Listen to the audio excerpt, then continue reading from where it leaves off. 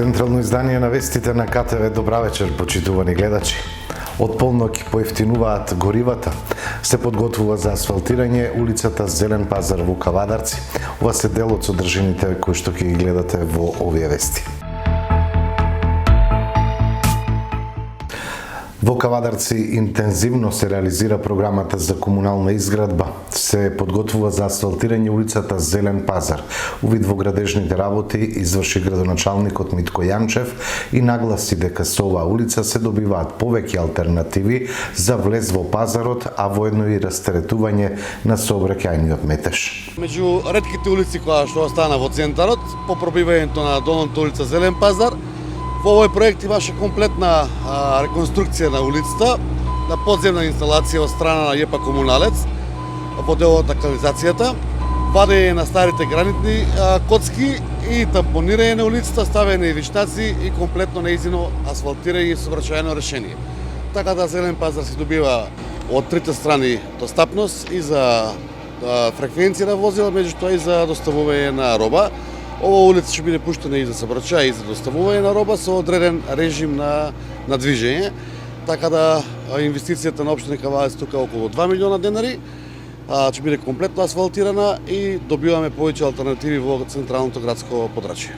Ова значи се намалува метежот во сообраќајот во центарот. Апсолутно намалување на метежот, спроведување на комуналната изградба, достапност до паркинзи и алтернатива за движење на сообраќајот. Со донација од фирмата Јами, денеска со механизација се работеше на тампонирање на патот од населбата Брушани до Голеш во должина од 500 метри, откако претходно со инвестиција од општината беше тампониран патот од хидроцентралата до Голеш и со овие два потега би се средиле пристапните патишта до населбата Голеш на Тиквешко езеро, информираат од локалната самоуправа. Во изминативе 24 часа направени се 1890 тестови, а регистрирани се нови 844 случаи на COVID-19. Најголемиот број се во Скопје 374, потоа следуваат Куманово и Тетово со по 43, Битола 38, Прилеп 35, Велес 33, Кавадарци и Охрид по 30, Неготино и Радовиш по 19, Кичево, Кочани и Кратово 9 и останатите градови со помал број на нови случаи. Има починати 6 лица, меѓу кои и едно лице на 74 годишна возраст од Кавадарци. Во Кавадарци во моментов има активни 187 случаи, а во Неготино 70. Владата на работниците им овозможи поскап леп и непокачени плати, не почитувајќи закон, реагираат од Сојузот на синдикати на Македонија. Владата ги остава работниците и граѓаните сами да се снаоѓаат како знаат и умеат во услови на пост-ковид економска, енергетска и воена криза со која се соочуваат, реагираат од Сојузот на синдикати на Македонија. Во изминатиот период, како што велат од ССМ, владата нема слух за потребите на нејзините работници и граѓани и наместо со навремени и таргетирани мерки, наместо со зголемување на плата да влијае директно на стандардот на работниците и граѓаните, истата одбива да ги зголеми, односно усогласи платите на нејзините вработени и во оваа економска и енергетска криза ги остава на работ на екзистенцијата. Представниците на владата од нивните удобни фотели во климатизираните кабинети гледаат розов свет, за разлика од работниците кои покрај тоа што работат од ден на ден се посиромашни, поради што инфлацијата изнесува 14,5%. Синдикалната минимална кошница за една година е зголемена за 5498 денари, односно за 16%. Разликата помеѓу просечната нето плата и синдикалната кошница во 2022 година е 7384 денари. Цената на лебот за една година е зголемена за повеќе од 100%, на маслото за јадење за 94%, на горивата за 64,5%, на електричната енергија за 9,4%, на гасот за 64,6%, а не е намалена цената на ниту еден производ или енергенс, велат од ССМ. Работниците работат, се сиромашни. Работата не можат да се ги прехранат семејствата. Работат, а не ги ценат и не им го вреднуваат трудот, додека државната каса се полни од даноците кои поради зголемените цени се слеваат во државната каса.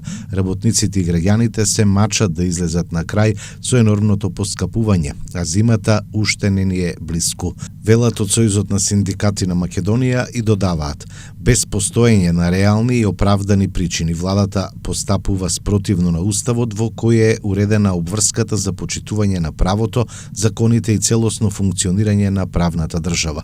Владата не постапува согласно законот за минимална плата, другите закони и владењето на правото и не обезбеди зголемување, односно усогласување на платите за најмалку 2806 денари на сите вработени во јавниот сектор и на тој начин да го амортизира ударот од ценовните шокови кои ги доживуваат работниците секојдневно. Стои на крајот во писменото обраќање од Сојузот на синдикати на Македонија. Малопродажните цени на бензините Евро Супер 95 и Евро Супер 98 од утре се намалуваат за 2 денари, додека малопродажната цена на Евро Дизелот се намалува за 2,5 денари, објави регулаторната комисија за енергетика. Малопродажната цена на екстра лесното масло за домаќинство се намалува за 3 денари, додека цената на мазутот не се менува. Од полнок Евро Супер 95 ќе се продава по 93,5 денари по литар, Евро Супер 98 за 96 денари за литар, Евро Дизелот за 93 денари за литар, масло за горење екстра лесно 91 денар за литар, мазут 53,3 денари за килограм.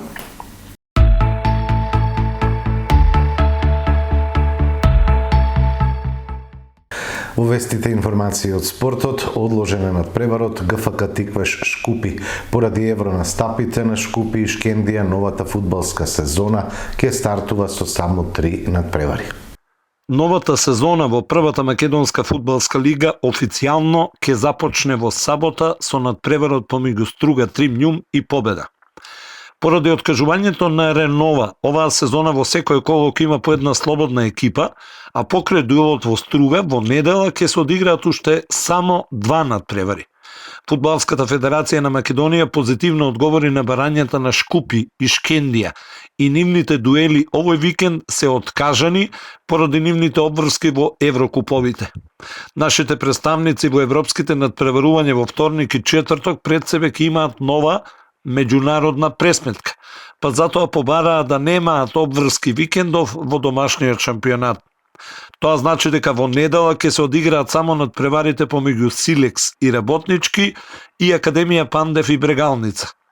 Двата надпревари почнуваат во 17 часот и 30 минути, а во ова коло слободен е тимот на Македонија Ѓорче Петров. Средбата ГФК Тиквеш Шкупи е презакажана за 7 септември, среда, на градскиот стадион во Кавадарци. Инаку, кавадаречкиот прволигаш првиот надпревар во новата сезона ќе го одигра на 14 август на гостински терен во рамките на второто коло, кога гостуваме во Прилеп на екипата на Победа. Јуниорите и јуниорките ќе разигруваат за пласман, момците ќе се борат за опстанок во А дивизијата, а девојките за поправање на лошиот впечаток. Нашата машка кошаркарска репрезентација за кошаркари до 18 години го доживеа и четвртиот пораз на Европското првенство во оваа старосна граница, по кој беа елиминирани во 8 на финалето на турнирот во Турција од Шпанија со резултат 73-45. Македонија сега ја очекува борба за позиција од 9-то до 16-то место и избегнување на последните 3 места кои водат назад во Б дивизијата.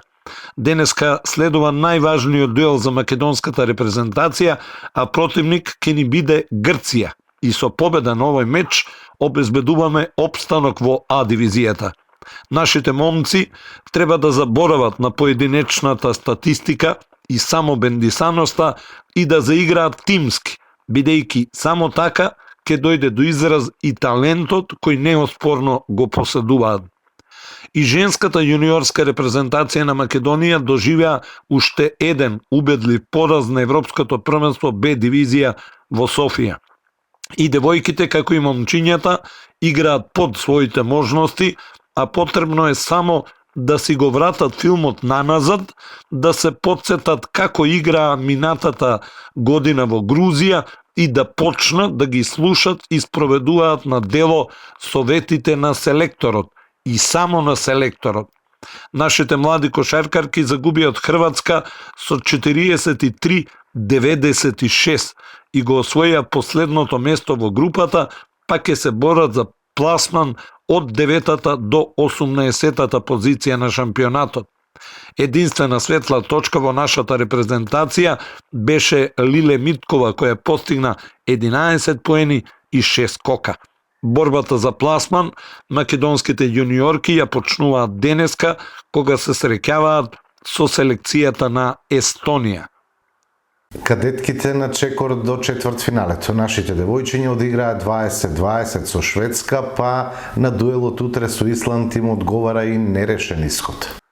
Нашата женска кадетска ракометна репрезентација станува пример за сите млади генерации во сите спортови како треба да се бранат боите на Македонија. Играат на светско првенство и на секој надпревар влегуваат без респект, свесни за можностите на противникот, но свесни и за собствените можности. Играат борбено до последниот звук на сирената и воопшто не е битно кој од кој клуб доаѓа, кои се родителите, бидејќи на теренот играат како еден, како тим, и битен е само конечниот исход. Затоа и радува нерешениот исход 20-20 против селекцијата на Шведска. Ако се знае квалитетот на скандинавскиот ракомет, кој е во самиот врв на европскиот и светскиот ракомет, ова е огромен успех за нашите девојчиња, успех со кој дојдоа на чекор до четвртфиналето на светското првенство. За Македонија денеска е пауза, а утре на 5 август ќе се соочиме со селекцијата на Исланд, која веќе е сигурен четвртфиналист на светското првенство. Опциите за наш пласман меѓу 8-те најдобри на светот се следни. Со победа и со нерешен резултат против Исланд, ние продолжуваме натаму, бидејќи на табелата имаме 2 бода повеќе од Шведска. Во случај на наш пораз од Исланд, а победа на Шведска против Иран, ќе одлучува гол разликата. Во моментов ние имаме плюс 12 гол разлика, а Шведска има минус 5.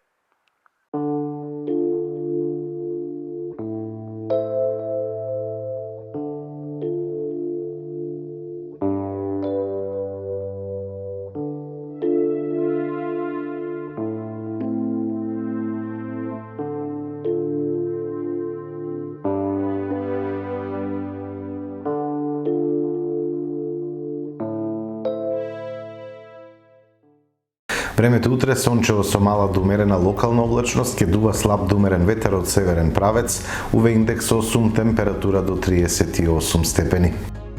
Го следевте централното издание на вестите на КТВ, имајте секој добро со нашата програма.